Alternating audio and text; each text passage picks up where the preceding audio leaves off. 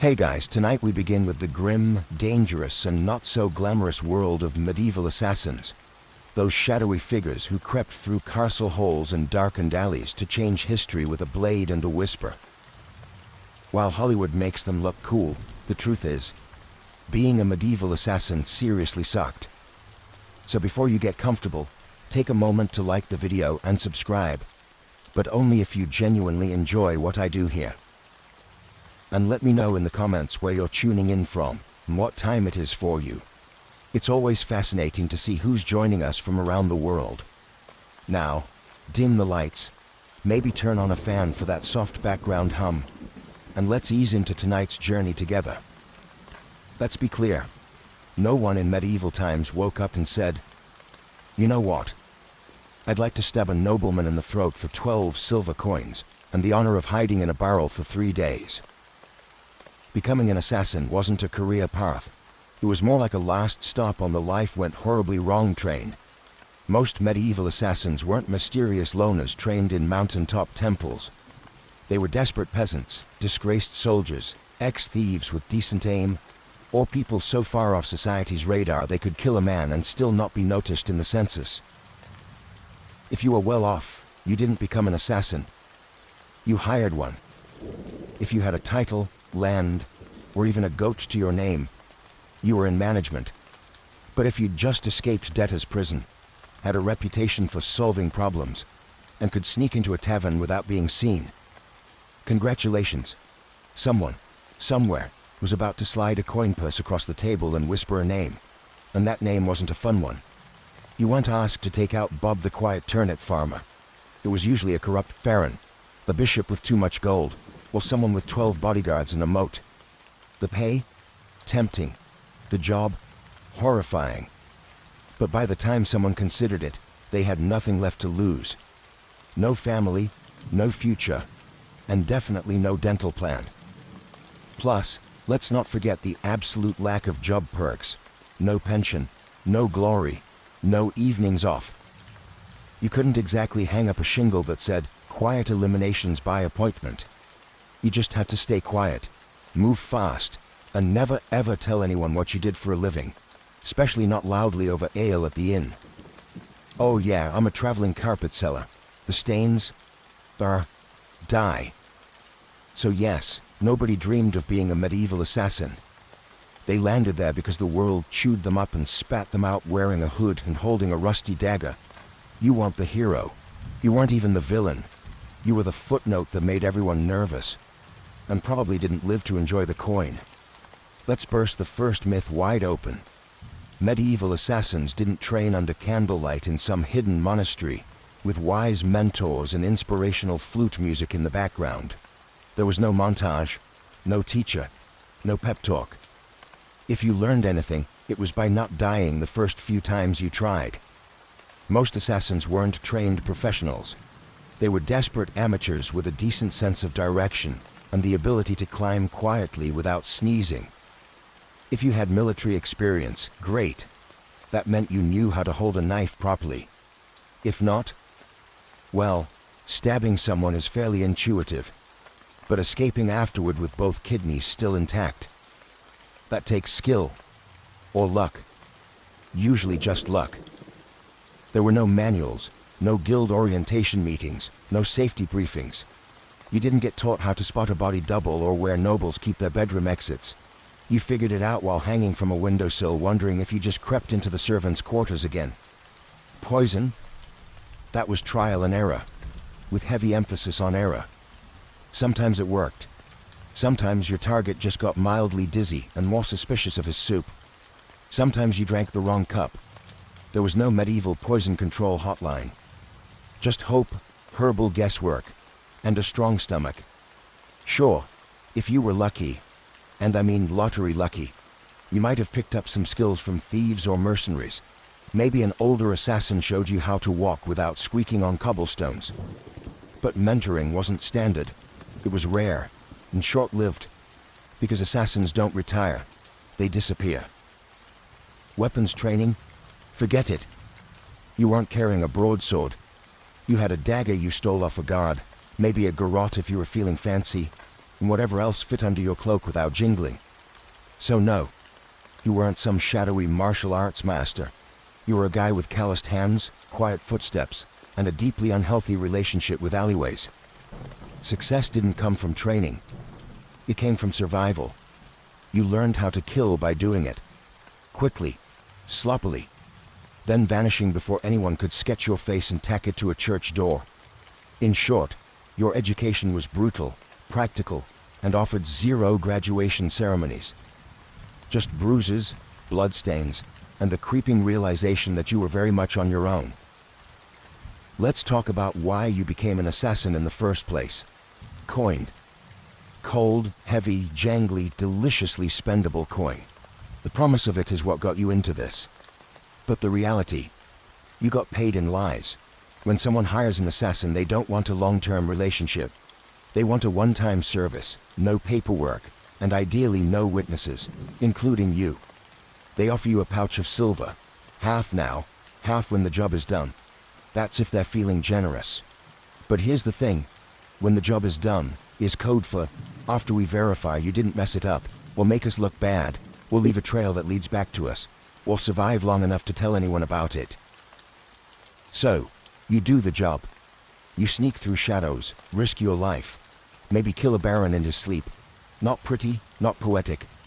And when you return, yes, about that payment, the client fled, terribly sorry. Or worse, they tried to kill you.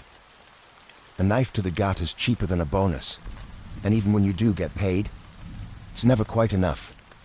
Not for the risk, not for the blood, not for the 3 days you spent hiding in a haystack with fleas and moral regret. You get a handful of coins, a curt nod, and a reminder, you were never here. Also, fun fact, some contracts were fake, political traps. You'd be told to assassinate someone dangerous, only to find out it was a decoy with guards waiting. Congratulations, he just walked into a sting operation with your name already carved on the gallows. And even when the deal was real, you couldn't exactly go to court and file a complaint. Your Honor, I'd like to sue Lord Edmund for breach of assassin contract. The only court you'd see was the one where you were the exhibit, so you learned to take what you could, demand payment up front, and trust absolutely no one. Not even the greasy little scribe who swore this job would change your life. It did, mostly by shortening it. Being an assassin meant living on broken promises and vanishing before they broke you. So you've taken the job. You've been lied to about the pay. You're probably going to die. Now let's talk gear. Forget the fantasy novels and sneaky video games. There were no retractable wrist blades, smoke bombs, enchanted daggers, or crossbows that folded neatly into your boot. Your toolkit consisted of whatever you could steal, sharpen, or hide beneath a tattered cloak without clanking. If you were lucky, and I mean found a gold coin in the dead man's shoe, lucky, you had a good dagger. Not ornate, not curved like a dragon's tooth, just sharp, hopefully rust-free, and ideally one that didn't smell like the last guy you stabbed with it. Poison. It existed, sure, but it wasn't as glamorous as a slow drip into a wine goblet. Most medieval poisons were unpredictable, made from plants, minerals, or toad guts. Some worked instantly. Some took hours. Some made your victim vomit for 2 days and then recover, angrier and now very suspicious of stew. Ropes, occasionally useful. You could strangle, climb, or tie something up with one. But you'd better know how to use it fast, because nothing kills the mood like trying to wrestle someone while muttering, "Wait, which knot goes under again?" Bows. Effective, yes, if you had one, knew how to shoot it, and weren't trying to smuggle it through a palace disguised as a flower arranger. Most assassinations were up close and personal. No time for elegant marksmanship. Just quick, quiet, and hopefully not messy enough to slip in. And you didn't get backups. If your blade bent, broke, or fell down a well. Time to improvise. Slate roof tile? Maybe. Rusty nail? Worth a shot. Shoe buckle with intent? Desperate times. You carried your tools hidden in hems, boots, or inside hollowed-out bread if needed, and you kept them close. not for safety, but because in this line of work, your weapon was your best friend, your boss, and your only retirement plan. There were no upgrades, no tinkering with gear between missions. You didn't polish your kit. You prayed it didn't betray you mid-strike. Because in the end, it wasn't the weapon that did the killing. It was you. Alone, poorly equipped, and expected to perform miracles with a spoon and a prayer. Assassins weren't hired to take out random drunks in back alleys. No one paid you to stab Jeff, the sleepy candle maker. Your targets were important. Nobles, bishops, military officers, sometimes even royalty. And those people, they were very hard to kill. First, there were the guards, not one or two, dozens, armed, armored, and well-fed. Some guarded the front, some the back. Some just stood there looking intimidating, daring you to blink wrong. You'd spend days memorizing patrol patterns, door creaks, and exactly how many stairs it took before the knight with asthma needed a breather. Second, there were walls. Castles didn't have front porches. They had gatehouses, murder holes, and moats full of things that bite. If you didn't fall into the water, you still had to worry about arrow slits and boiling oil. Yes, boiling oil. Your job description included, may get flambéed for peeking. Third, there were the servants and staff, the cooks, scribes, and stable boys. One wrong look from you, and they'd be whispering to the guard captain faster than you could say, "I'm just the herbalist." Assassins weren't just fighting swords, they were fighting gossip. And medieval gossip travels at light speed, if it means someone gets to keep their head. And finally, your actual target, paranoid. Rightfully so.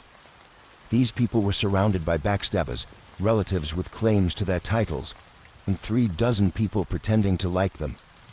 They didn't eat without a tester. They didn't sleep without 3 locks on the door. Some even slept in decoy beds or rotated rooms like a deadly version of musical chairs. And don't get excited if you hear they're attending a feast. Yes, they'll be drunk, but so will you.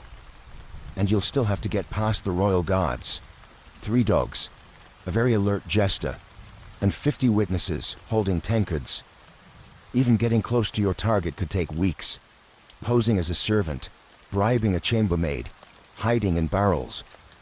And when the moment finally came, you had one shot. One precise, perfect, non-squeaky, non-bloody, ghost vanish in the night moment. Or you'd become the next public deterrent, swinging from the castle gate with a sign that read, "Nice try." Let's be honest.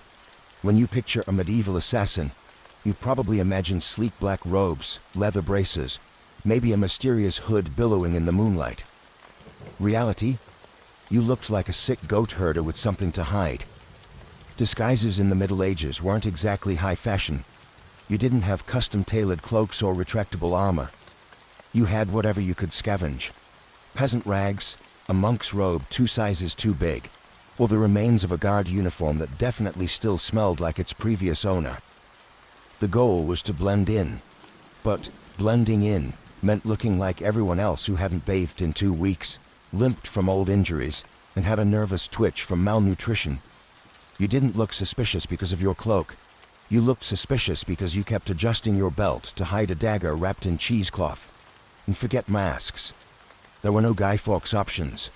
Most face coverings just made you look like a leper, which was great for avoiding conversation, but terrible for entering parties. If anyone asked who you were, you had to think fast. "I'm Brother Tobias. I take care of silent prayer and rooftop maintenance." Even assuming you made it past the guards, noble households weren't full of idiots. Servants noticed unfamiliar faces, especially ones that fumbled chamber pots and couldn't name the cook's cat. You were always one, "I've never seen you before," away from being clubbed with a candlestick. And if your disguise did work, congratulations. You now had to stay in character for hours while pretending not to notice all the very stab-worthy people wandering by. Also, wigs. They didn't exist.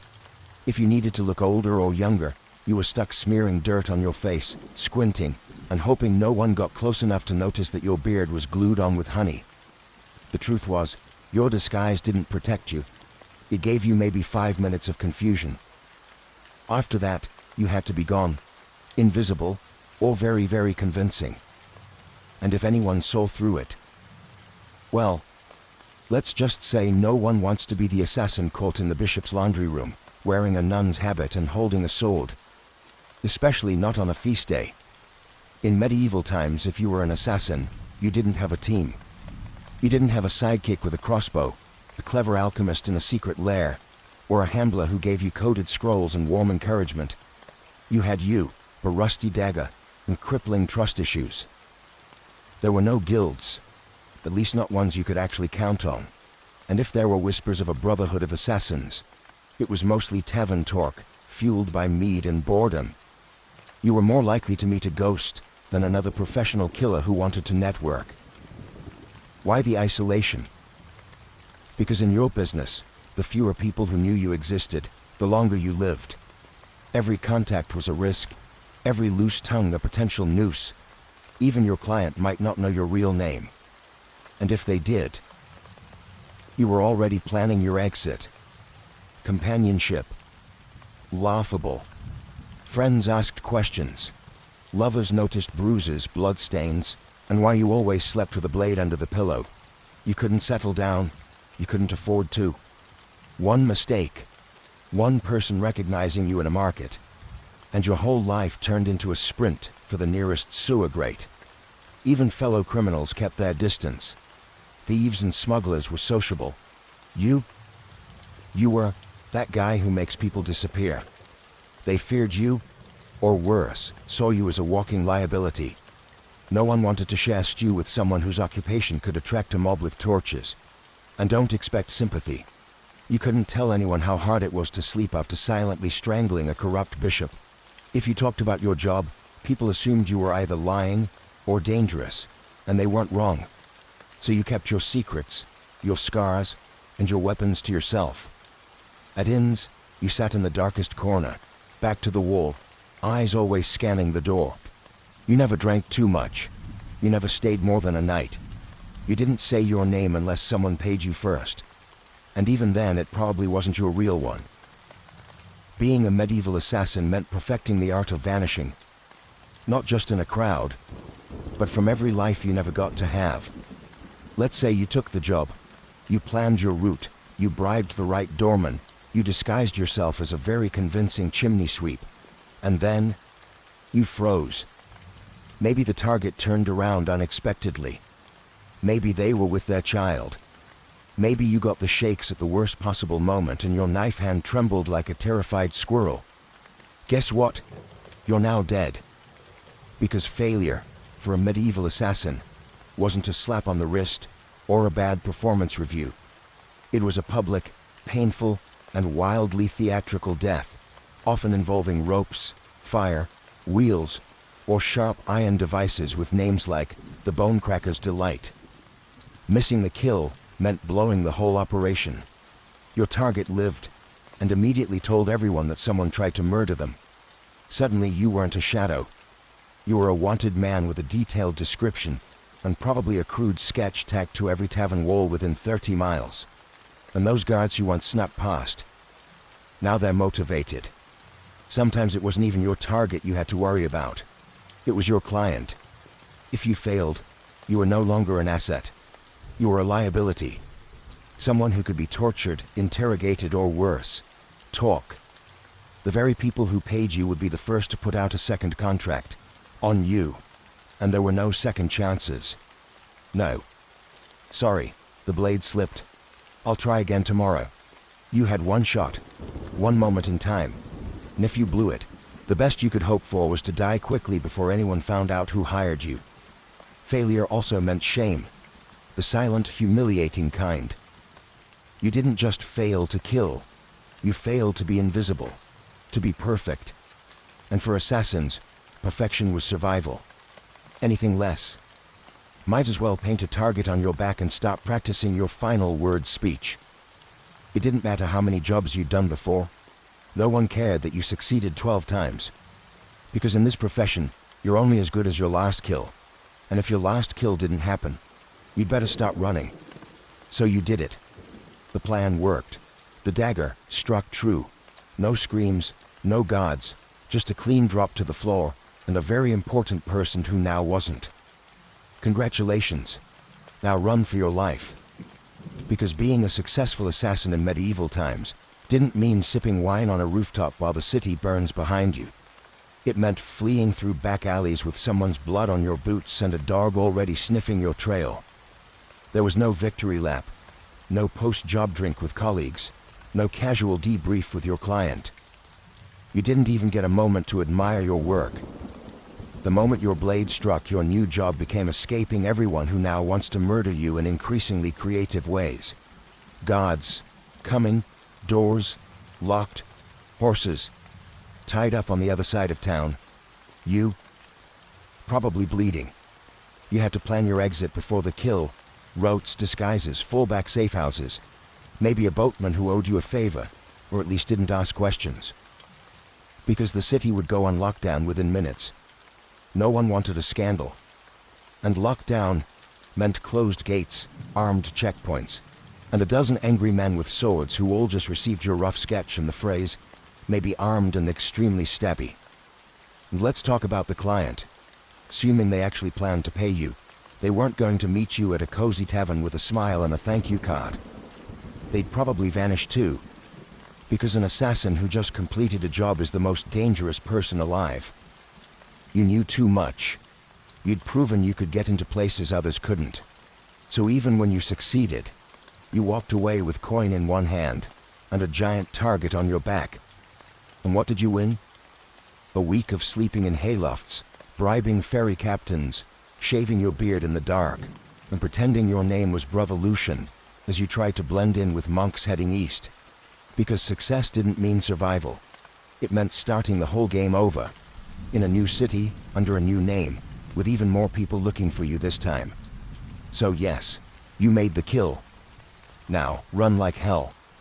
If being a medieval assassin wasn't already miserable enough, poor, hunted, and sleeping in places that smelled like goat, you also had to deal with the wonderfully creative paranoia of the people around you. Because in the Middle Ages, assassins weren't just feared, they were considered cursed. To the average peasant, you weren't just a killer in a hood. You were some unholy creature who whispered to demons and smeared frog guts on your blade under a full moon. Why else would you be able to sneak past guards and vanish in the dark? Logic wasn't exactly popular back then. But superstition? Oh, that was everywhere. Some believed assassins could shapeshift. Others claimed you were invisible unless bathed in holy water. One popular tale suggested assassins made pacts with forest spirits and could breathe death through walls. Imagine walking through a village and hearing a woman mutter, "Don't make eye contact, he might hex the baby." Even your tools were suspect. Carrying a dagger, clearly it was forged in a cursed forge. Using poison, that wasn't chemistry, that was witchcraft, and you probably stirred it with a severed toe under a blood moon. You'd think this fear might help you. After all, people avoided you, right? But the reality was worse. Superstitious mobs don't hesitate. They don't ask questions. They throw stones, set fires, and shout things like, "Burn him before he calls lightning." Your reputation made people overreact. The second someone died unexpectedly, illness, accident, choking on a chicken bone, someone would whisper, maybe it was a shadow man. Maybe it was him. You could be hunted just for existing in the same village as a suspicious death. That meant you had to keep moving. Always. Stay too long, and suddenly a priest is ringing a bell while 5 angry farmers hold pitchforks like they've been waiting for this moment their entire lives. And heaven help you if you were caught with anything remotely weird. Dried herbs, strange coins, or even a foreign accent. That's all it took for someone to shout, "Sorcerer," and light a torch. In a world that believed monsters wore human faces, being too quiet, too clever, or too fast made you a threat. And in medieval logic, threats had to die, quickly, and preferably on fire. Poison, the assassin's weapon of elegance. A quiet kill, No mess, no screaming, no steel on bone. Just a sip, a stagger, a sigh. And done. That's the theory. In practice, poisoning someone in the Middle Ages was like trying to win a bar fight with herbal tea and a bad attitude. First off, poisons weren't reliable. You didn't have access to purified cyanide or a neat little pill labeled fast-acting doom. You had plants, mushrooms, minerals, maybe the occasional toad. You had to gather, grind, and pray. And even then, it might just give the target a stomachache and a renewed commitment to his anti-assassin guard team. There was no scientific measurement. You didn't dose precisely. You eyeballed it. A pinch too little, and the noble just vomits and cancels dinner. A pinch too much, and you die from exposure before the first course is served. Also, medieval kitchens were chaotic. You couldn't just waltz in and season the soup with nightshade. You had to bribe or impersonate a cook, sneak in while no one was watching, or, worst of all, try to poison a meal that would go through 3 tasters and a dog. Yes, a dog. And if your victim was a noble, they didn't just eat food, they treated it like a military operation. Meals were tasted, blessed, and sniffed by everyone from the steward to the jester. By the time the food hit their plate, it had passed through more security than a royal wedding. Even assuming you did it, you slipped in the poison. It wasn't detected, and the target actually ate it. The next part was wildly unpredictable. Some poisons took hours. Some took days. 1 minute your mark is laughing at a joke. The next he's clutching his stomach and demanding to see his astrologer. And if they survived, guess who they'd blame? Not the cook, not the taster. You, the quiet man with the herbal knowledge and twitchy eyes. So poisoning wasn't efficient. It was risky, slow, and full of variables, none of them in your favor. And if you were caught, you didn't get a quick death. You got interrogated, with tools, until you confessed to poisoning everyone from the duke to the dog. You'd think that if you successfully changed the course of history by removing a tyrant, sabotaging a royal bloodline, or silencing a political threat, someone would remember your name. Nope. You were an assassin. That meant your name was never meant to be remembered. At best, you were a rumor. Some hooded figure, a foreigner with cold eyes, or the quiet man who never finished his ale. You might have pulled off the most legendary hit of the century, and still ended up as a mysterious death in the official record. In fact, that was the point. Your client didn't want a story. They wanted plausible deniability. The fewer people who knew who did it, the safer they were, and the less likely they were to end up poisoned by their own assassin. So your name was buried the moment the job was done, if you even used a real one. You didn't sign your work. You didn't brag. You didn't keep trophies. You didn't exist outside the moment of the kill. And if someone did know your name, that was a loose end. And in your profession, loose ends had a very short shelf life. And forget about honor. There were no medals for silence. No stone monuments for the man who stopped a war with one dagger in the night. If a noble wanted a statue, they commissioned one for themselves. You got a wooden box, an unmarked grave, or if things went really badly, a head on a spike labeled traitor. Sometimes your name was known only so it could be cursed. You'd become a whispered warning. Don't cross the king. Remember what happened to Lord Ulrich? Yes. And the man who did it? Gone. Like a ghost. That was your legacy. Not fame. Not fear. Just absence. You weren't supposed to leave a mark. You were supposed to vanish. And if you stuck around long enough to be known, that was a fatal mistake. Because in the medieval world, heroes got remembered. Assassins got erased. So you survived. You got the job done. You even managed to get paid. A miracle in itself. Now all you have to do is lay low, keep your head down, and trust that your client will honor the deal and protect your identity. Right? Wrong. Because in the world of medieval assassination, there was one rule even more sacred than don't get caught. Never trust anyone, especially the person paying you. Your client, be they a noble, a merchant, or a bishop with ambition and very loose morals, didn't hire you out of respect. They hired you because they needed something awful done, and you were the sharpest tool in the shadows. Once the job was complete, you became a liability. You knew too much. You knew who wanted who dead, when, why, and possibly how much they were willing to pay for it. That made you dangerous, not just to their enemies, but to them. So what did they do? They ghosted you. They denied they ever met you. Or worse, they sent someone else after you, to clean up, to tie off the contract with something sharper than ink. There were even cases where clients double-booked, hiring one assassin to do the job and another to kill the first one immediately after. No refunds, just reduced risk. And if you dared try to blackmail a client, threaten to expose them, that was bold. And also your final mistake, because powerful people in the Middle Ages didn't negotiate with assassins. They crushed them. If your client had a shred of honor, a rare species indeed, you might get paid and left alone. But even then, you'd still have to assume they were watching you, from a distance, with someone already sharpening steel and memorizing your walk. You were the secret that couldn't talk, the shadow that couldn't stay. Even success wasn't enough to earn trust, because in their eyes, if you killed once, you could kill again. And no one, not even the person who hired you, wanted to be next. Let's say, somehow, you beat the odds. You survived the kills, the lies, the poisonings, the betrayals. You outlived your enemies, your employers, and probably your own sense of morality. Now what? You retire? Absolutely not. Because in medieval times, assassins didn't get retirement plans.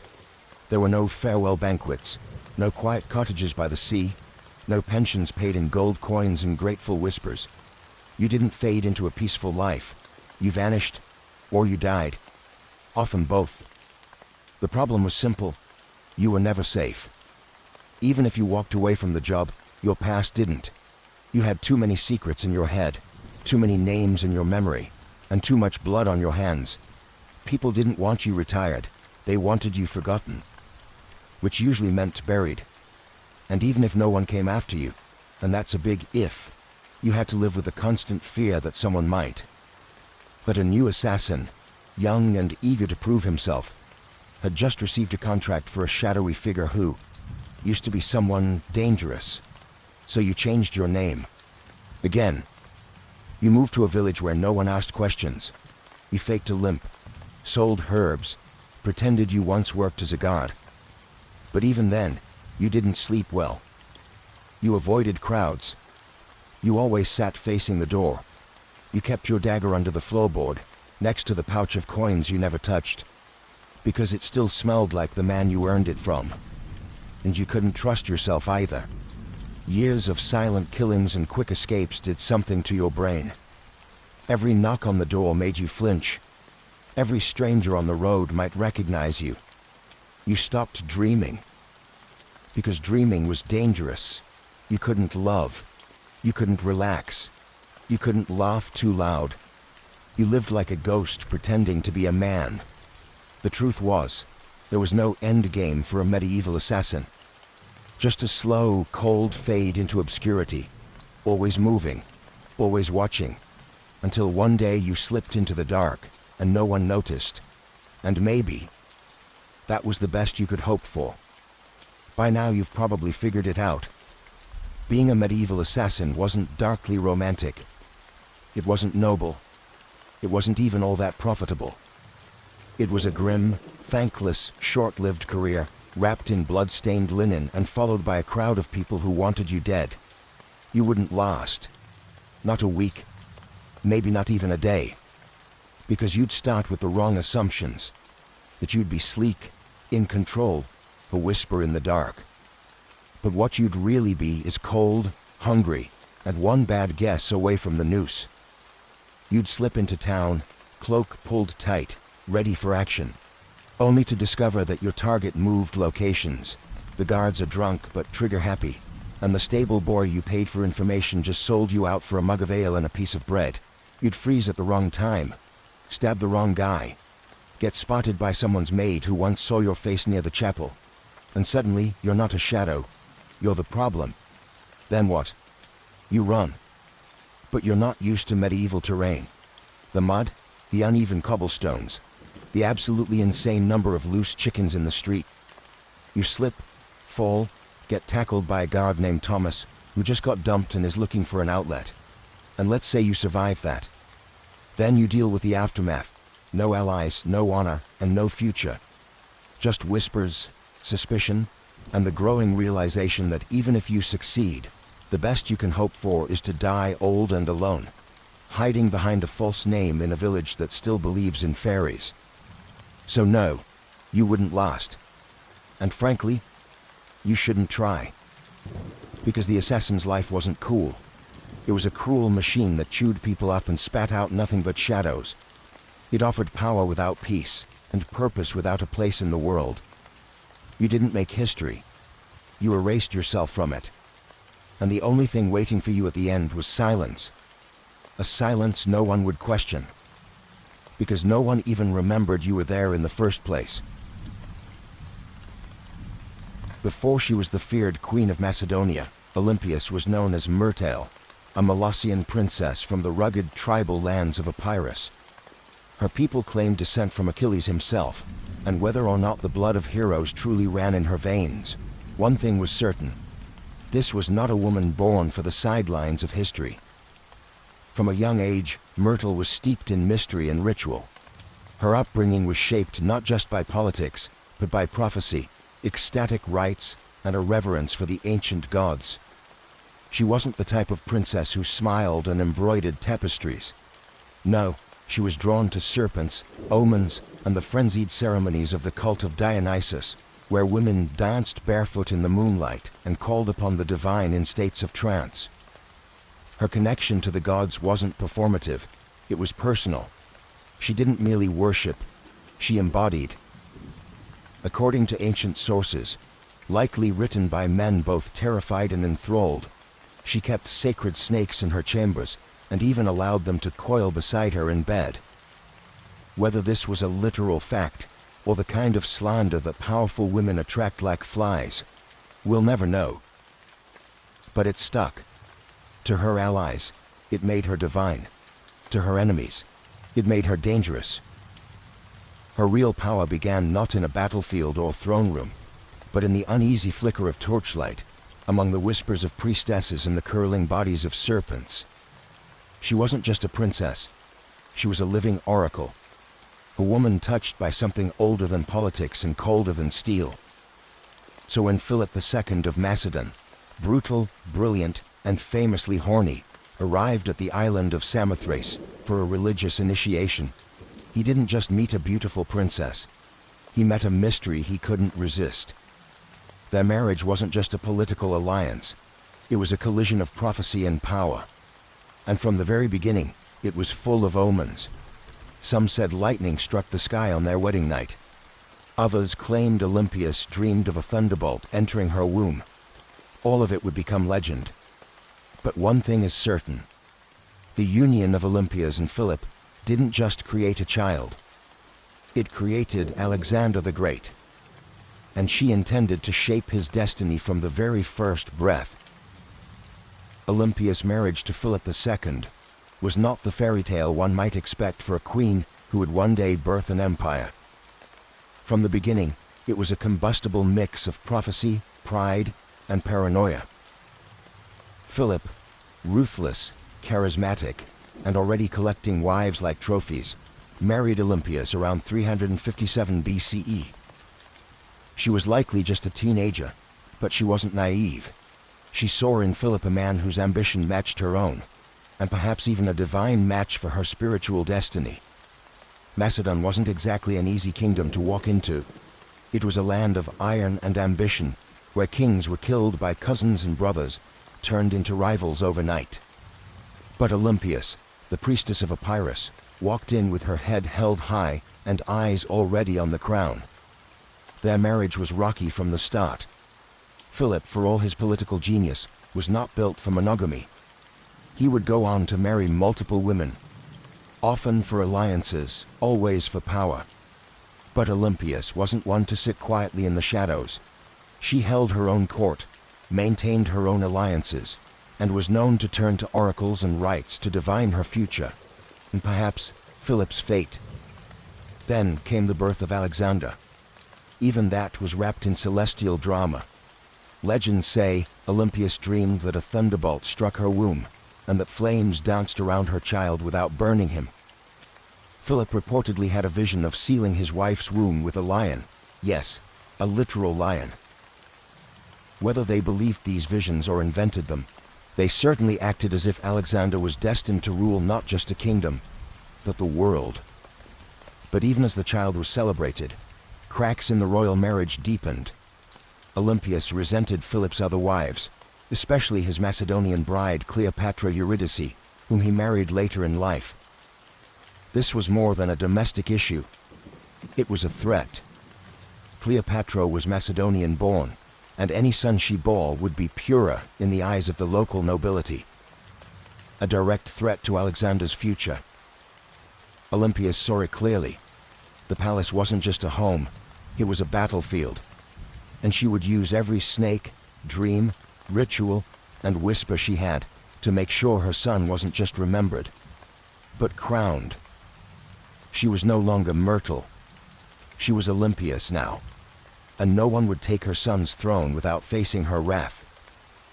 By the time Alexander was a teenager, the Macedonian palace in Pella had become a war zone of veiled insults, political maneuvering, and bitter rivalries.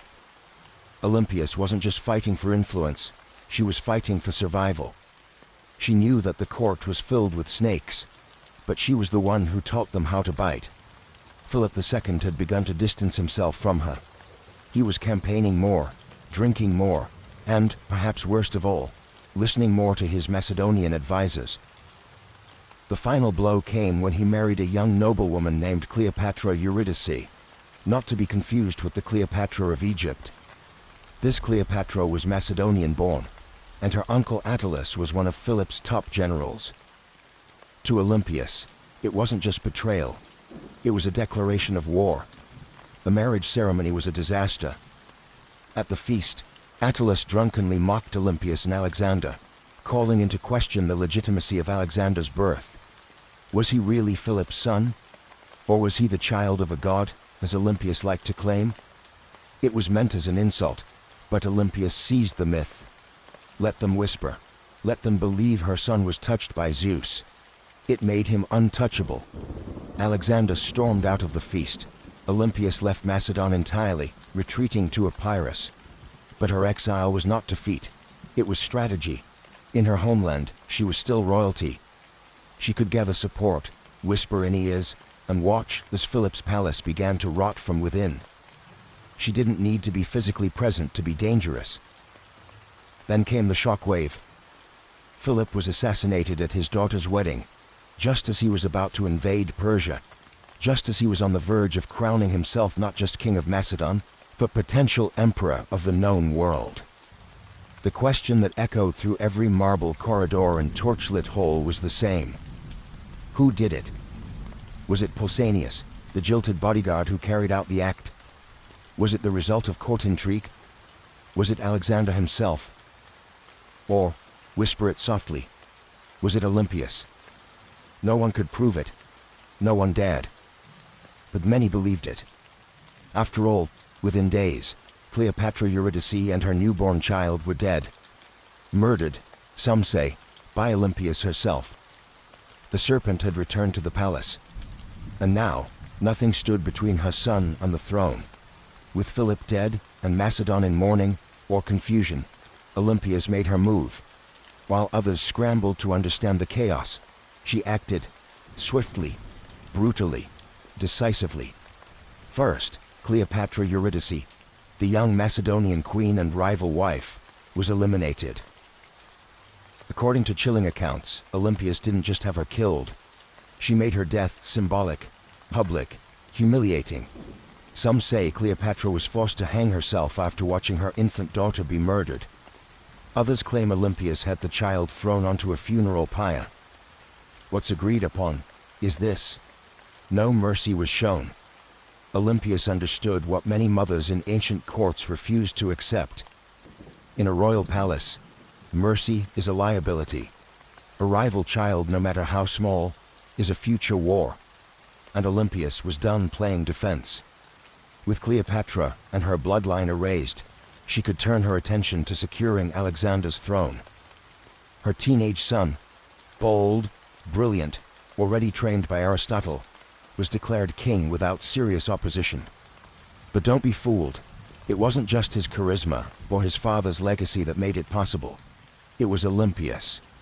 She knew which generals to threaten, which nobles to flatter, and which enemies to quietly remove. She wasn't just protecting her son's rise, she was engineering it. Alexander himself didn't always approve. He reportedly disapproved of the violence against Cleopatra's family. But he also didn't stop it, because deep down, he knew what Olympias had always known. Power demands blood. And in Macedon, bloodlines were both a blessing and a curse. With her son now king, Olympias began to recede slightly from public life. But this was no retirement. She simply shifted from open strikes to whispered influence. As Alexander prepared to launch his conquest of Persia, she remained behind, not as a passive queen mother, but as the spiritual guardian of his destiny. She sent him sacred relics, consulted oracles, and performed rituals on his behalf. To Olympias, her son's mission wasn't just military, it was divine. Alexander wasn't going to war, he was fulfilling prophecy. And as long as she drew breath, no rival, Macedonian, Persian, or otherwise, would derail that divine plan. She had crowned her son. She had cleansed the palace. Now, she would guard his empire. From behind the curtain, with teeth bared. As Alexander marched east to conquer the known world, Olympias remained behind in Macedon, a queen without a throne, but not without power. Her official title was Queen Mother, but make no mistake, she ruled in all but name. Though regency was technically handed to Antipater, one of Alexander's trusted generals, Olympias refused to be sidelined. She wrote letters to her son constantly, advising, warning, sometimes chastising him. These weren't the sweet letters of a doting mother. They were political briefings, laced with oracles and venom. And Alexander, thousands of miles away, read every word. She reminded him who his true enemies were. She questioned the loyalty of his companions. She criticized his fascination with Persian customs, his choice of wives, and his flirtation with calling himself a god. No one else dared say these things to him. But Olympias was never afraid to speak as a mother, or a priestess of divine will. Back in Macedon, Antipater grew increasingly resentful. Olympias undermined him at every turn. She used her status, her religious authority, and her family ties to stir opposition against him. She had influence in Epirus, in Thessaly, and among the aristocracy. She could spread rumors like wildfire, and with Olympias, a whisper could be deadlier than a sword. Meanwhile, her letters to Alexander became more urgent. She warned him of Antipater's ambition, painting him as a second Philip, ready to betray and usurp. Whether she truly believed it, or simply feared losing her grip, she kept pressing her son to act. Alexander, however, hesitated. He needed Antipater to keep order in Greece while he fought in Asia. And so, the rift between mother and general widened. Olympias watched. She waited. But beneath her religious robes and maternal concern, she was growing impatient. She hadn't endured years of palace warfare to be ruled over by an old soldier. As Alexander's empire stretched from the Aegean to India, Olympias saw cracks forming. He was taking on too much, trusting too many foreign advisors, and drifting away from the mother and the gods that made him. She believed his victories came from divine favor, and from her. And if he forgot that, well, Olympias knew how to remind kings who they really were, even if that king was her own son. When news of Alexander's death in Babylon reached Macedon in 323 BCE, it didn't arrive like a trumpet, it arrived like a dagger. For Olympias, it wasn't just the loss of a son. It was the collapse of a world she had spent decades building. Her boy, the divine storm she had prophesied, raised, unleashed, was gone. And he'd left behind no clear heir, no single successor, only chaos. The mighty empire he carved out was already fracturing. Generals, his so-called successors, were already dividing it up like jackals around a corpse. Antiparta still held power in Macedon and Greece, and he had no love for Olympias. Worse, her daughter Cleopatra, Alexander's sister, was being courted by rival generals for marriage, each one hoping to use her bloodline as a claim to the throne. Olympias saw what was coming. Civil war wasn't a possibility. It was inevitable. And once again she would have to act. But she no longer had Alexander. What she had instead was his bloodline.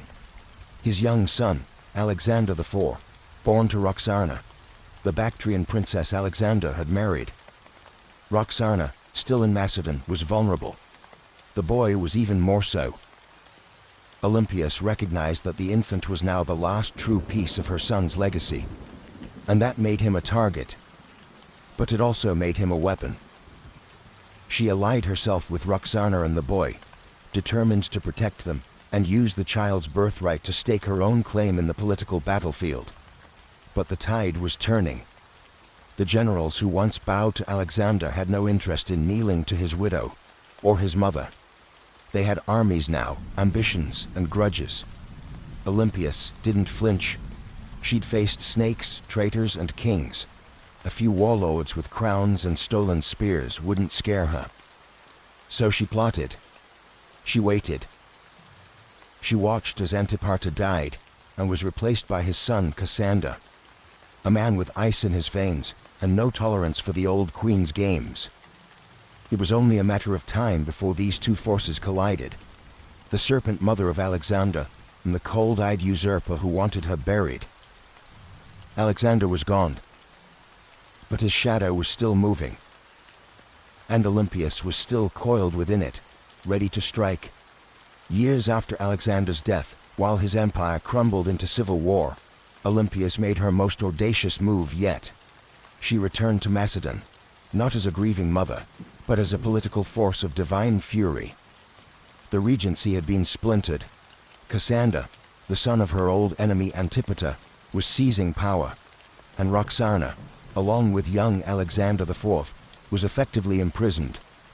Olympias saw the writing on the wall. If she did not act now, her grandson would vanish like a shadow at dusk. So she made a deal with Polyperchon, an aging general who still held a flicker of legitimate authority. Olympias would return, not to plead, but to rule. With Polyperchon's backing, she entered Macedon at the head of an army, and the moment her feet touched home soil, everything changed. Towns opened their gates.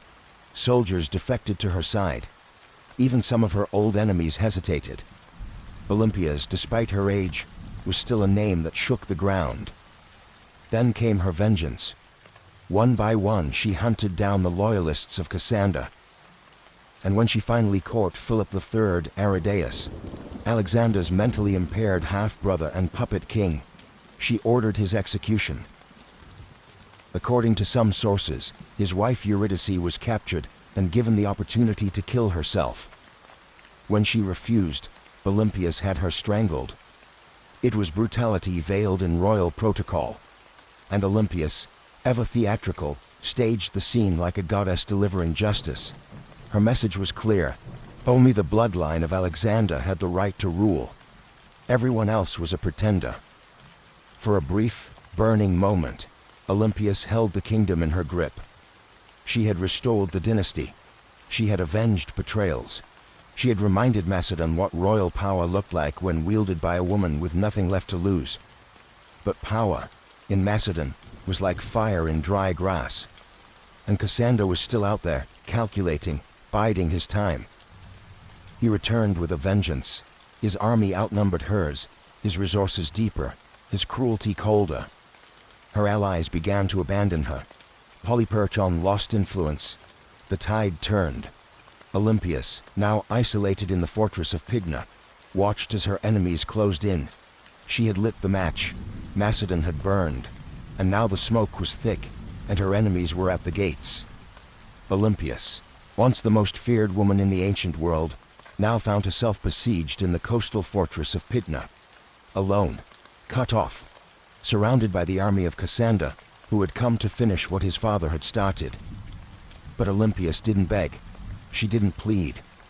For nearly a year, she endured the siege like a statue carved from divine wrath. Food ran short. Disease crept in. Allies vanished. Yet within the fortress walls, she maintained the same unshakable presence that had once shaken kings.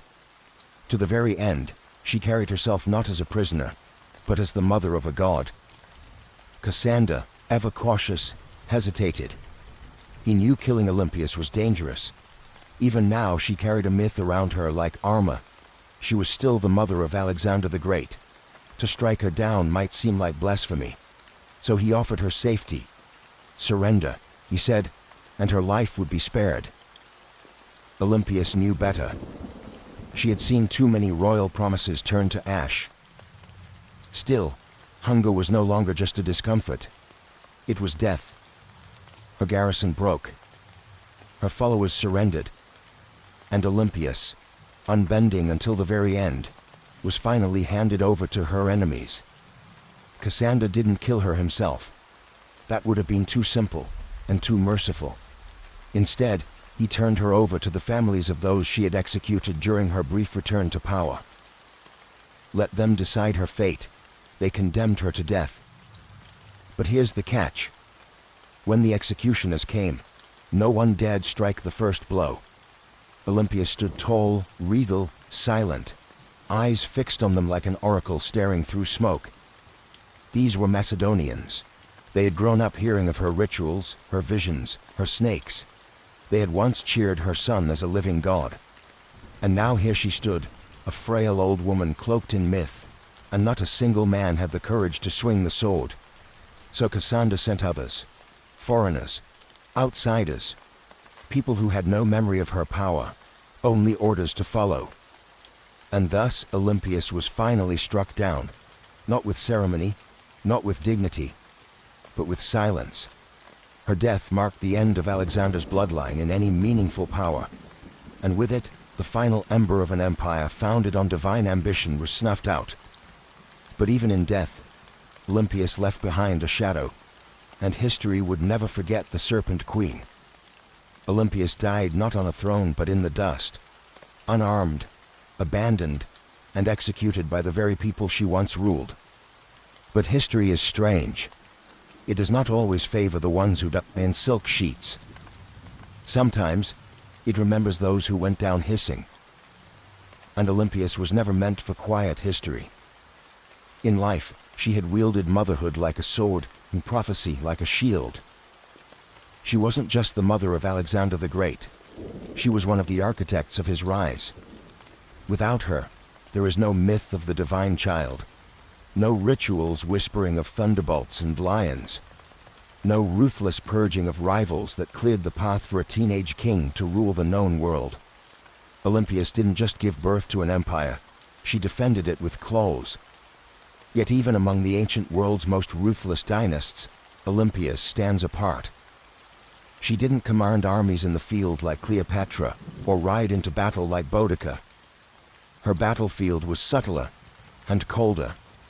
It was a world of poisoned goblets, political marriages, priestesses, and oracles. She understood the power of fear, and even more importantly, she understood the power of belief. She made people believe her son was divine, and she may have believed it herself. Her enemies branded her a murderer, a witch, a manipulator, and they weren't wrong. Olympias was all those things, and more. She was the product of a brutal world that respected cunning far more than kindness, and she learned early that mercy was a luxury queens couldn't afford. In the centuries that followed, she was both vilified and mythologized. Some called her a villain, others a visionary. But no historian, ancient or modern, could call her irrelevant. She haunted the legacy of Alexander like a phantom, always in the background, always just behind the curtain. And maybe that's exactly where she belonged. Not as a tragic mother or a footnote in a king's story, but as a story unto herself. The woman who wrapped herself in prophecy, slept beside snakes, and outlived gods.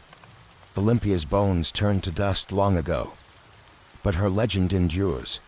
In every tale of ruthless queens, in every whisper of blood-born destiny, in every empire built on myth, she is still there, coiled in the dark, waiting. On the sun-bleached island of Crete, just a few miles south of the modern city of Heraklion, lies a ruin that feels more like a dream than a real place. Stone corridors snake in all directions, rooms twist and double back, staircases lead nowhere. It's easy to lose your sense of direction even today. This place is Knossos, the heart of Minoan civilization, and the supposed inspiration for one of the most enduring myths in human history, the labyrinth of the Minotaur. But before there was a legend, there was a palace unlike any other, built around 1900 BCE and expanded over centuries. Knossos wasn't just a royal residence, it was an entire city under one roof. Covering nearly 150,000 square feet, it featured over 1,000 rooms, light wells, storage magazines, shrines, workshops, and what may have been the first flushing toilets in history. It had running water, multi-story apartments, and an intricate system of air circulation. This wasn't a primitive fortress, it was an architectural masterpiece. To modern archaeologists, Knossos looks like organized chaos. To ancient visitors, it probably felt like magic. The man who brought Knossos into modern awareness was British archaeologist Arthur Evans. In the early 1900s, Evans excavated the site and quickly became convinced that this was the origin of the Greek labyrinth myth. The layout was disorienting, the architecture deeply symbolic, and everywhere he turned, he found motifs of bulls, painted on walls, carved into stone, or sculpted into tiny golden charms. The bull, after all, was sacred to the Minoans. Evans even went so far as to name the civilization after the mythic king Minos. Whether Minos was real or not, his legend became inseparable from the ruins. But here's the twist. No one's found a literal labyrinth. No underground maze, no prison chambers, no half-man monster. What we have instead is something far more mysterious. A city designed in loops, wings, and layers, deliberately difficult to navigate. And the deeper you go, the more the lines between history and mythology blur. So the question remains, was the Minotaur born from these walls, or was the palace itself the monster? Knossos may not give up its answers easily, but it's very good at making us ask the right questions. The myth is as famous as the ruin. A monstrous half-man, half-bull, trapped in a labyrinth so complex that no one who entered ever found their way out. Only Theseus, the Athenian hero, managed to kill the beast and escape, thanks to a ball of thread and the cunning of Princess Ariadne. But where did this story come from? And why a labyrinth? The earliest versions of the myth speak of King Minos, the powerful ruler of Crete, who demanded tribute from Athens in the form of 7 boys and 7 girls each year. These unfortunate souls were fed to the Minotaur, the creature born from divine punishment and shame.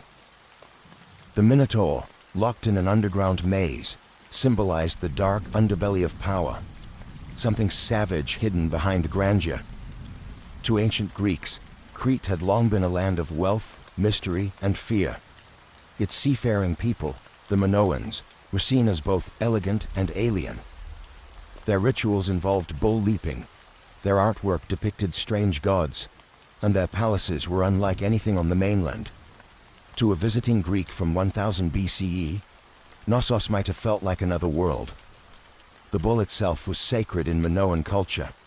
Frescoes show young men and women vaulting over charging bulls in ritual displays. Horns of consecration, stylized bull horns, appear on rooftops and altars. Combine this with a palace that feels like a maze, and the ingredients for a legend begin to stir. But what if the Minotaur wasn't just a monster? What if it was a metaphor? Some scholars believe the tale reflects a memory of Cretan dominance over the Aegean, a time when Athens truly did pay tribute to a stronger, stranger power. The labyrinth could symbolize the political entrapment of weaker states, and the Minotaur, the raw, terrifying force behind Minoan rule. Others argue it's more psychological. The labyrinth is the unconscious mind, the Minotaur as our hidden urges, and Theseus, the hero, walking bravely into the darkness, guided only by the thread of memory. Still, the myth remains tangled with Knossos. The palace is the closest thing we've ever found to a real labyrinth. No monster, no Ariadne. But perhaps something deeper. Not just a myth echoing through history, but a history that was asking to become myth. Long before Athens raised its marble temples or Sparta sharpened its spears, there was the Minoan civilization, one of the earliest advanced societies in Europe. They ruled not through conquest, but through trade, art, and what seems like an almost supernatural command of architecture. At the heart of their power stood Knossos, a palace that wasn't just a seat of royalty. It was a hub of culture, ritual, and economy. The Minoans flourished from around 2600 to 1400 BCE. Based on Crete, they developed a sprawling trade network that reached Egypt, Mesopotamia, the Levant, and even the distant shores of Spain. Their ships cut through the Mediterranean like silent arrows, ferrying pottery, saffron, bronze, and luxury goods. They didn't build vast armies. They built relationships, and that, more than weapons, made them rich. What's most striking about Minoan culture is how different it was from their later Greek successors. Their artwork celebrated nature, animals, and flowing human movement, not war or divine punishment. Frescoes show dancers, dolphins, and athletes vaulting over bulls. Even their goddesses are different. Powerful, bare-breasted figures often holding snakes, symbols of fertility, transformation, or protection. At the center of it all was Knossos, not a fortress on a hill, but a complex in a fertile valley. It had no massive defensive walls, suggesting the Minoans either felt secure on their island, or projected enough power to make defense unnecessary. Their confidence was architectural. Multi-story buildings, colonnaded courtyards, and advanced plumbing systems hinted at a society far ahead of its time.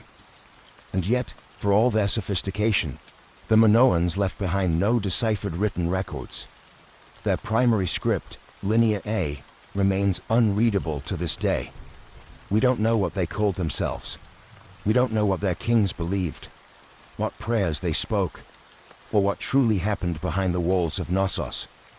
All we have are their ruins, their art, and their influence, absorbed later by the Mycenaeans and echoed in Greek myths. The Minoans were not just builders of palaces, they were architects of mystery. And Knossos wasn't merely a building, it was the beating heart of a civilization that shimmered for a moment like sunlight on the Aegean, and then vanished. But some say their echo still wanders the maze. To walk through Knossos is to walk through time. Layered, confusing, beautiful time. It's not just the scale that overwhelms you, it's the design. Rooms lead to rooms. Corridors split and vanish. Light wells cut through the heart of the building. Stairs spiral into shadows, or emerge suddenly into sunlit courtyards. Nothing moves in a straight line. It's not hard to see why ancient visitors might have whispered, "Labyrinth." Knossos wasn't just a palace, it was a living organism. Spanning an estimated 150,000 square feet, the complex contained over 1,000 chambers, some tiny, some grand. These weren't randomly placed rooms. They were purpose-built. Workshops, storage spaces, shrines, apartments, and throne rooms, all arranged around a large central courtyard that may have hosted public ceremonies or bull-leaping rituals. The palace was built on multiple levels, up to 4 or 5 stories tall in places, using natural slopes and artificial terraces. To navigate it without getting lost, you'd need memory, instinct, or a thread like Theseus. And yet, this apparent chaos hides a remarkable intelligence. The Minoans mastered passive ventilation, cooling rooms through air shafts and open stairwells. They funneled rainwater through clay pipes and had toilets that flushed long before Rome made it fashionable. One of the most iconic areas is the so-called throne room, named for the alabaster chair built into the wall, flanked by benches. Around it are frescoes of griffins, mythical guardians. Was this the seat of a priest-king, a goddess's chamber, a sacred court? No one knows for certain. And the walls, they speak in color. Vibrant frescoes show dolphins swimming above bathtubs, women in elegant flounced skirts with bare chests, youths leaping bulls mid-air.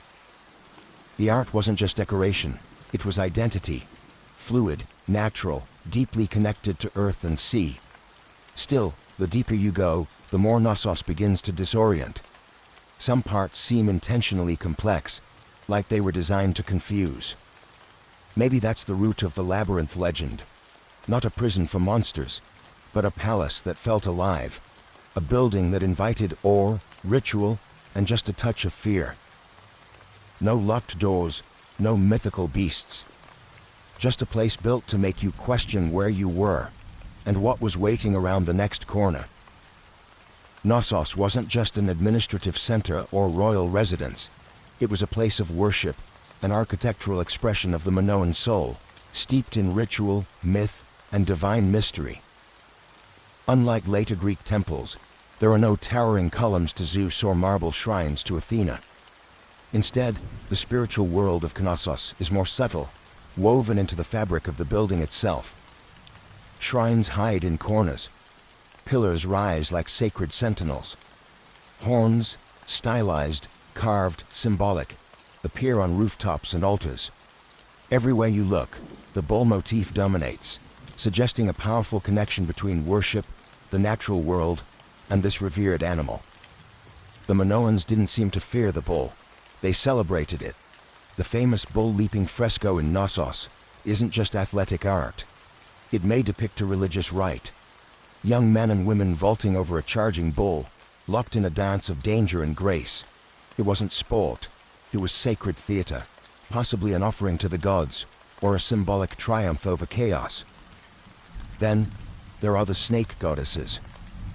Discovered in storerooms beneath the palace, the snake goddess figurines are among the most iconic Minoan artifacts.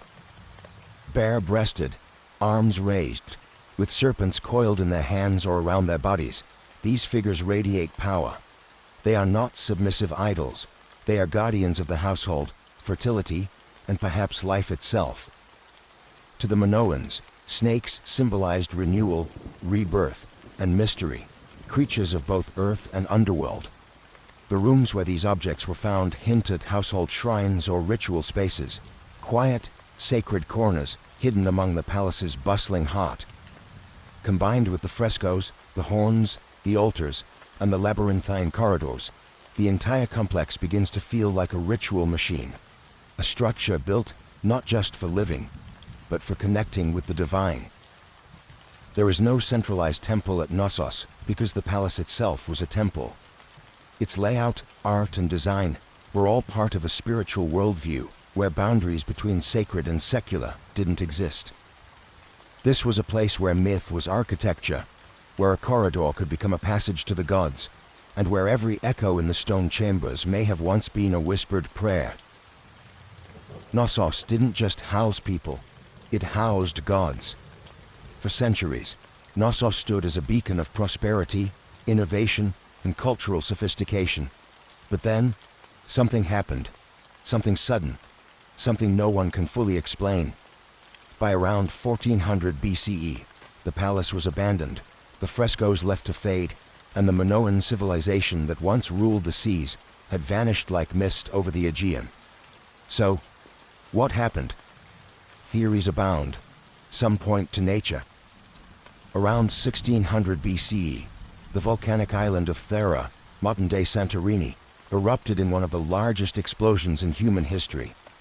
The blast was so massive, it likely caused tsunamis that battered Crete's northern coast, devastating ports and farmland. Ash clouds may have blocked the sun, choking crops and disrupting the climate. While Knossos wasn't immediately destroyed, the aftermath of Thera's eruption may have shaken the foundations, economically, politically, and spiritually. Others looked to war. By 1450 BCE, the rising power of the Mycenaeans, mainland Greeks, may have taken advantage of Minoan weakness. Archaeological evidence suggests Knossos was reoccupied briefly, but the culture had changed. The art became more martial. Linear A, the Minoan script, was replaced with Linear B, used by Mycenaean scribes. The palace that once thrived with snake goddesses and bull dances now whispered in a foreign tongue. Some scholars believe the Mycenaeans didn't invade in a single conquest, but gradually absorbed the island, first through trade, then influence, and finally, rule.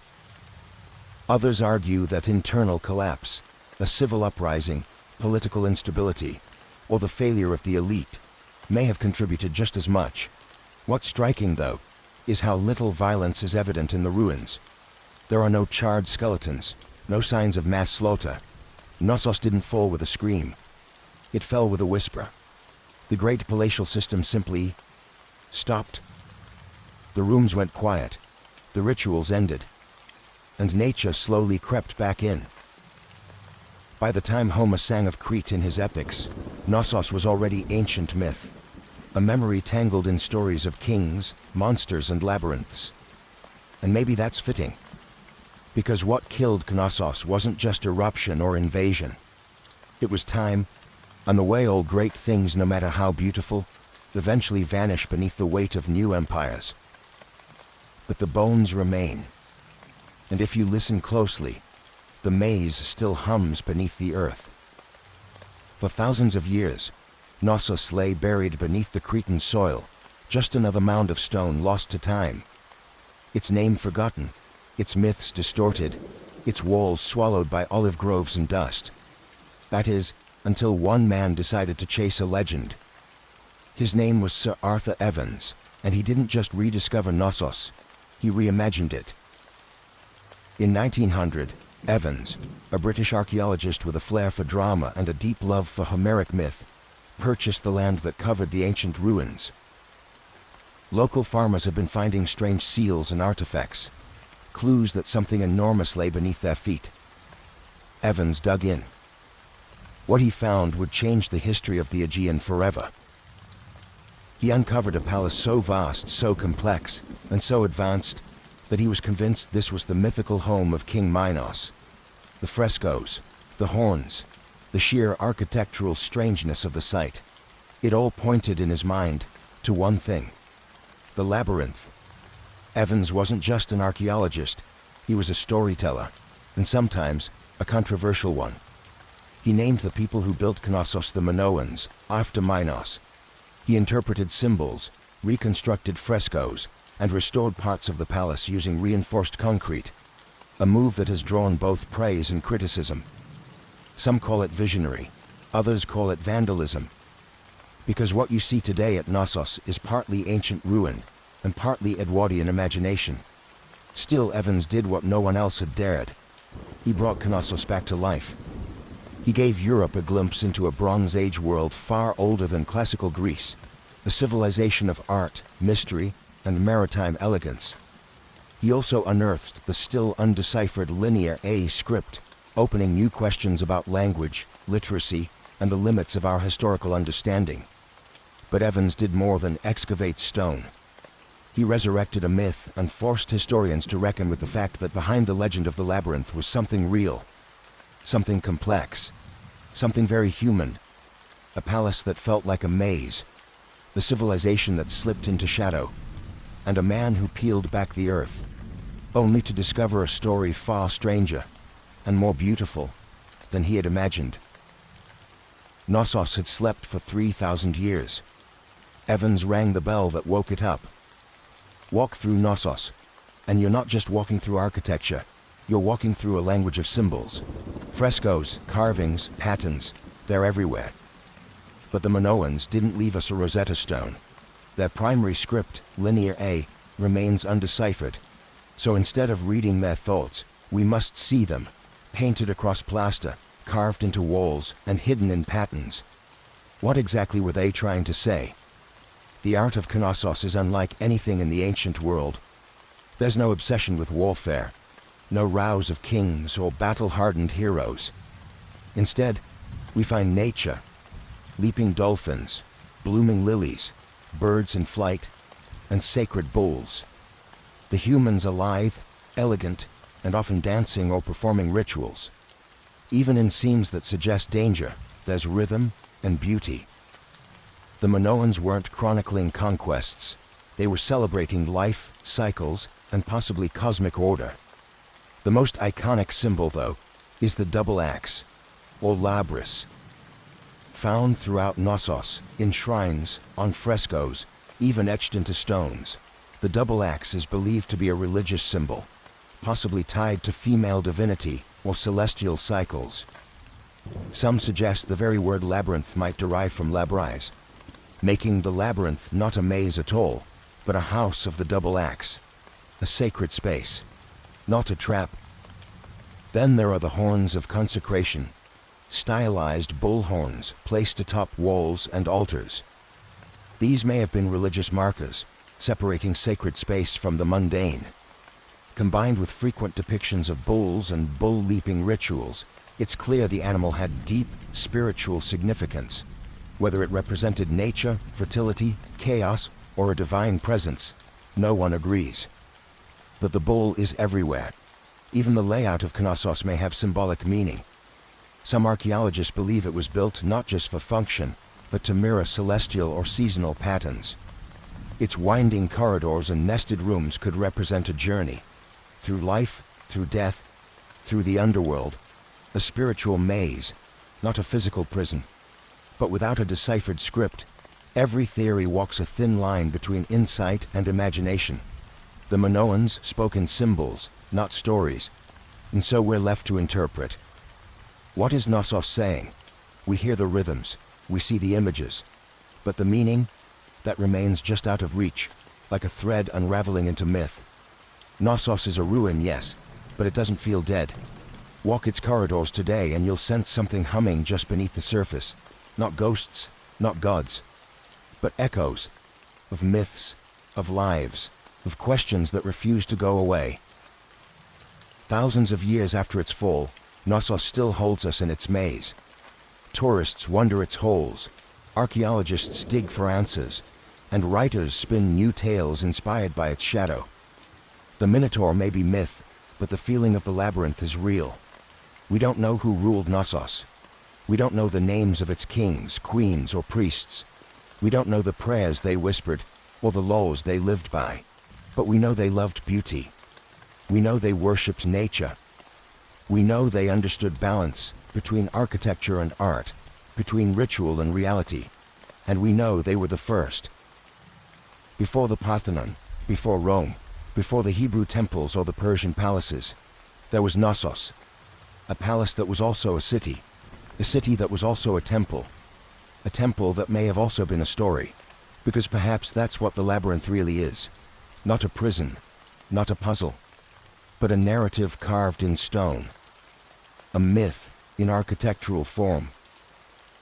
The legend of the Minotaur didn't arise from nothing. It came from this place, from the confusion of its corridors, the reverence of its bull rituals, and the awe it inspired in generations who tried to make sense of it. The Greeks turned it into a story. We turned it into archaeology. But at its core, Knossos has always been both. Today, we can walk its ruins in broad daylight. We can take photos, draw maps, and even reconstruct its frescoes. But the mystery hasn't vanished. The line between fact and legend still shimmers, like heat over stone. Maybe that's why Knossos endures, because it doesn't give us all the answers. It reminds us that sometimes history isn't meant to be solved, it's meant to be felt. And Knossos, ancient, tangled, half-remembered, isn't just a place on a map. It's a question, one that leads us deeper with every step. And like Theseus, we're all still following the thread. Ancient engineers knew exactly what they were doing. The earliest rams were handheld. Teams of soldiers simply lifted a tree trunk and smashed it against enemy defenses like frenzied lumberjacks. But over time, the battering ram evolved. Engineers realized that mounting the ram inside a wheeled frame, often with a roof to protect the crew from arrows and boiling oil, turned it from a tool into a weapon of terror. The Assyrians, masters of siege warfare, turned rams into psychological weapons. Their siege towers combined rams with archer platforms, meaning a city's gates were being destroyed while defenders were under constant fire. Relief carvings from Nineveh show rams with pointed iron tips rolling up to the gates of rebellious cities like slow-moving gods of destruction. And it wasn't just the front door they were smashing. Rams were often used to breach weak points in walls, batter down watchtowers, or collapse gatehouses entirely.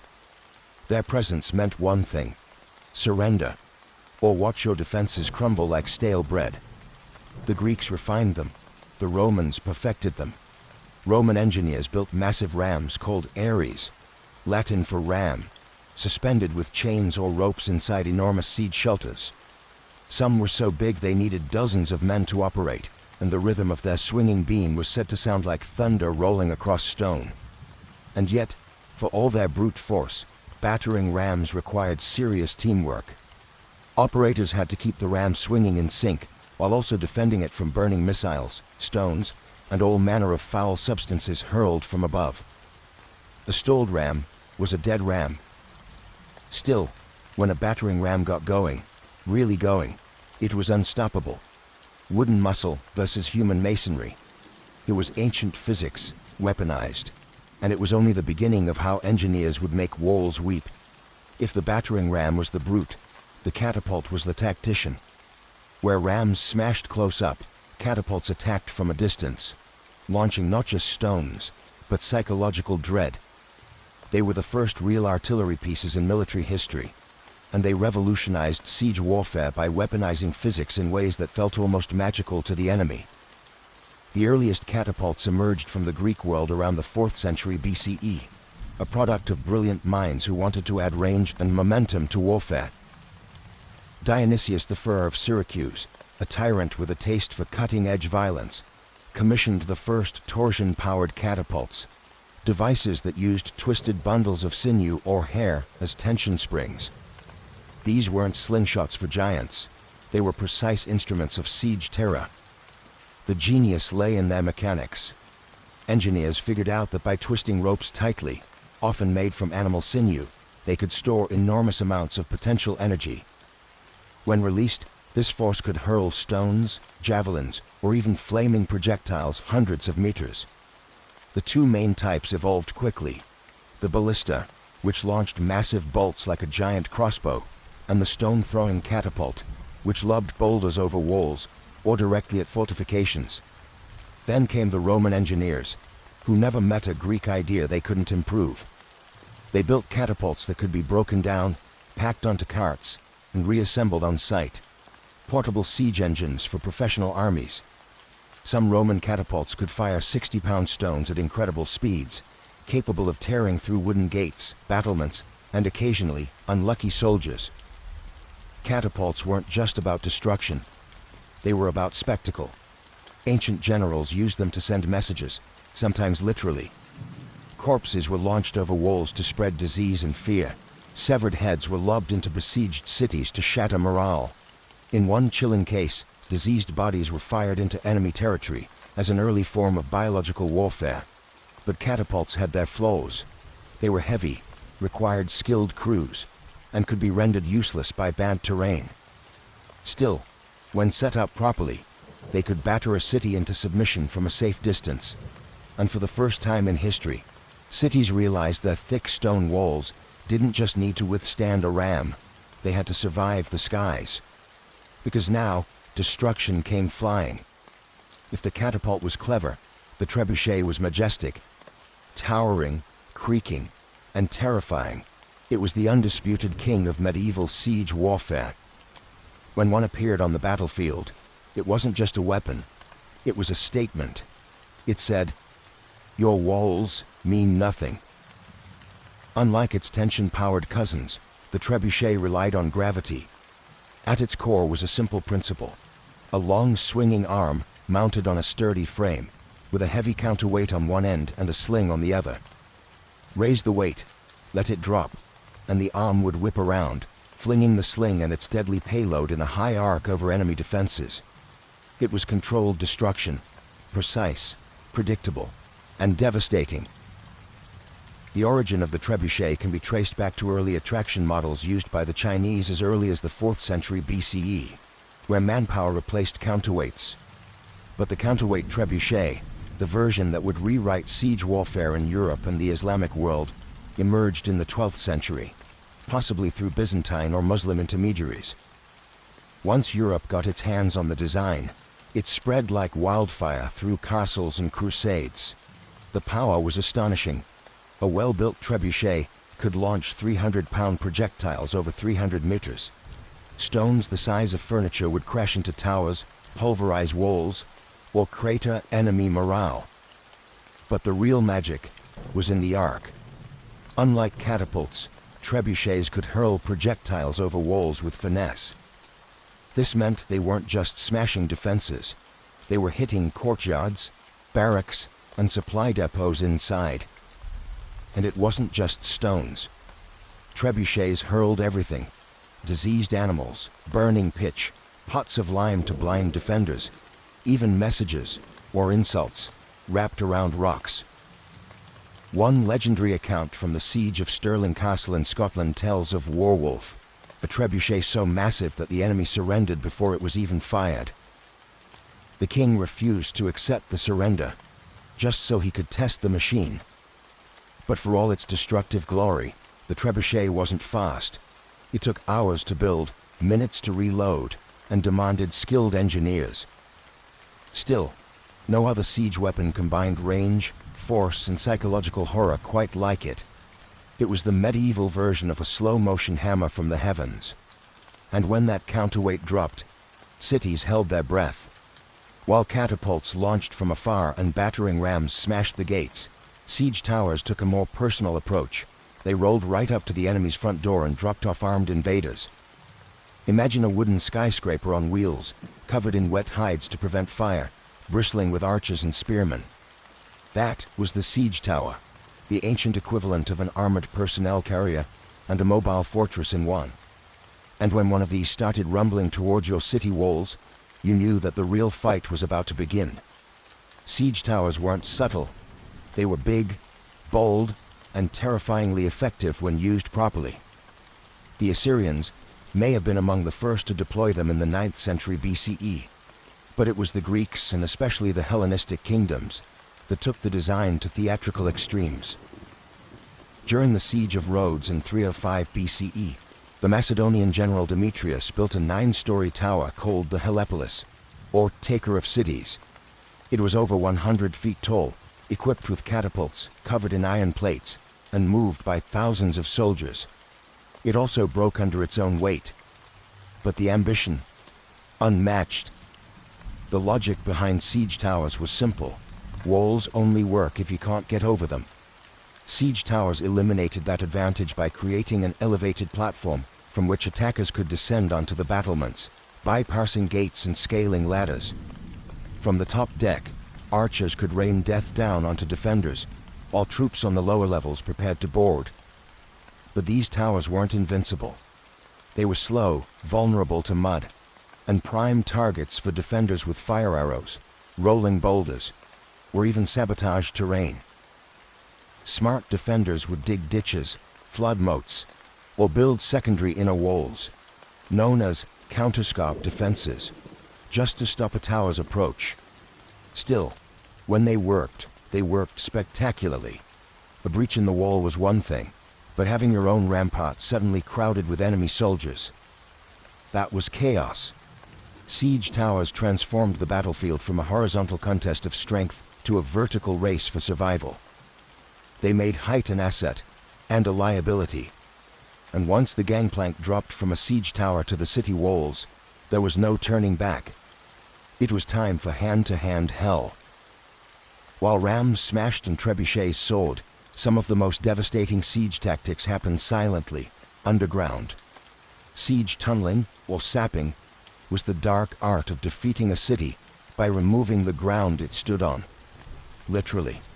The idea was ancient and horrifyingly effective. Dig beneath the enemy's wall, prop it up with wooden supports, then set those supports on fire. When the timbers burned away, the tunnel collapsed, taking the foundation of the wall with it. One moment, your city stood strong. The next, a massive section of the outer wall crumbled like stale bread.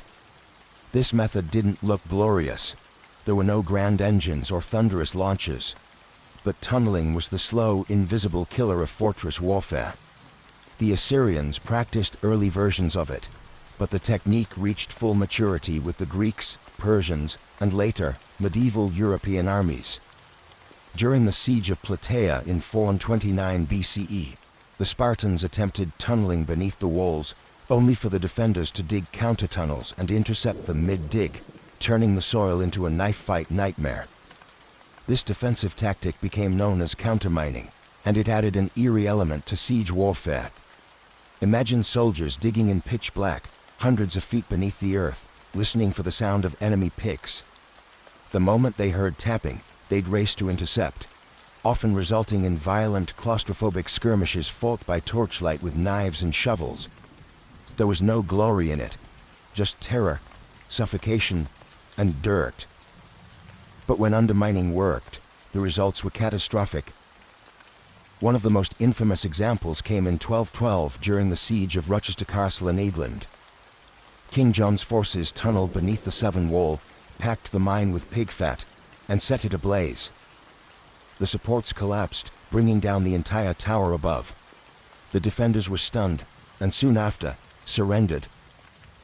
By the 13th century, siege engineers became specialists in identifying weak foundations, measuring the soil's behavior, and planning collapses with terrifying precision.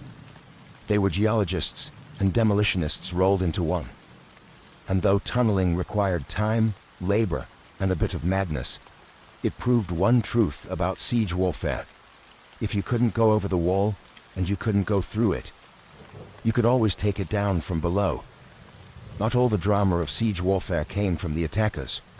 For every ram built or tower rolled forward, defenders had their own deadly tricks, and sometimes those tricks were hot.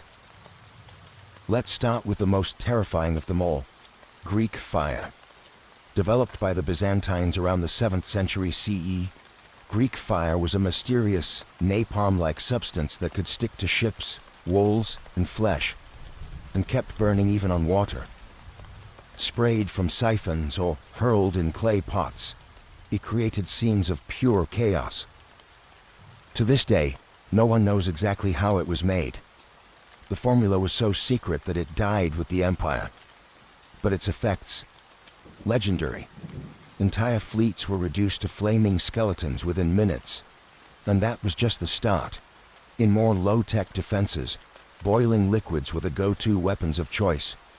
Boiling water, oil, or sand would be poured from murder holes, those quaint openings in the ceilings of gateways or towers, directly onto invaders below. Oil was especially feared. Unlike water, it clung to skin, soaking into clothes and armor before being set alight. Imagine climbing a siege ladder only to be greeted with fire you could never put out. Hot sand, though less dramatic, was vicious in its own right. It would slip into the gaps of armor, especially around the neck or wrists, causing second and third degree burns as it cooked the flesh beneath. It didn't look impressive from a distance, but it turned bold warriors into screaming wrecks in seconds. Defenders also relied on the good old laws of physics. Gravity became a weapon. Giant stones, logs, or even dead animals were dropped from parapets onto siege engines or dense formations of troops. The goal wasn't just to kill, it was to break the machines and morale at once. And then there were traps, hidden pits, collapsing bridges, spiked barricades. Castles became puzzles of pain, designed to slow, confuse, and punish. All of this served one purpose: delay. Every minute a wall held was a minute closer to enemy supply lines running thin, to disease spreading in camps, or to reinforcements arriving. Siege warfare was a game of attrition. And while the attackers had physics on their side, the defenders had creativity and a whole lot of boiling rage. In siege warfare, raw destruction was only half the goal. The other half was psychological domination, breaking the will of the defenders before the walls even came down. Siege weapons weren't just tools of war, they were massive, creaking, flaming symbols of doom. Every groaning wheel of a siege tower, every arcing boulder flung by a trebuchet, was designed to plant one seed in the minds of those behind the walls. You are not safe. Ancient commanders knew this. The Assyrians paraded their siege engines openly, dragging them across deserts with grand fanfare. The Romans built their siege camps right in view of the enemy, letting defenders watch as battering rams were assembled and catapults tested. Siege was theater, and fear was part of the script. Sometimes the payloads themselves carried a message. Severed heads of messengers or generals would be launched over the walls, often still wearing their armor.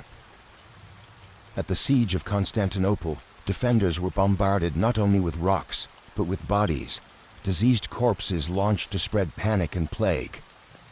During the Mongol siege of Kafur in 1346, it's believed that hurling plague-infected corpses over the walls helped trigger outbreaks of the Black Death in Europe. The trebuchet wasn't just a weapon, it was an announcement. When one of these giants was rolled into place, everyone inside the fortress could hear it before they saw it. The creaking of winches, the grinding of ropes, the heavy thunk of the counterweight, like the heartbeat of an incoming storm. But the most dangerous part, the unknown. You never knew what was coming next. Would it be a rock, a barrel of fire, a rain of arrows, or just silence? Ominous, heavy silence as engineers adjusted their aim. Even the sounds became psychological weapons. The rhythmic thump of a battering ram, or the sudden silence before a shot would drive defenders mad with anticipation. For commanders, the goal was to create despair, to convince the enemy that resistance was pointless, that their gods had abandoned them, that their walls were nothing but temporary obstacles in the path of fate. And when that mental dam finally cracked, the gates often opened without a fight.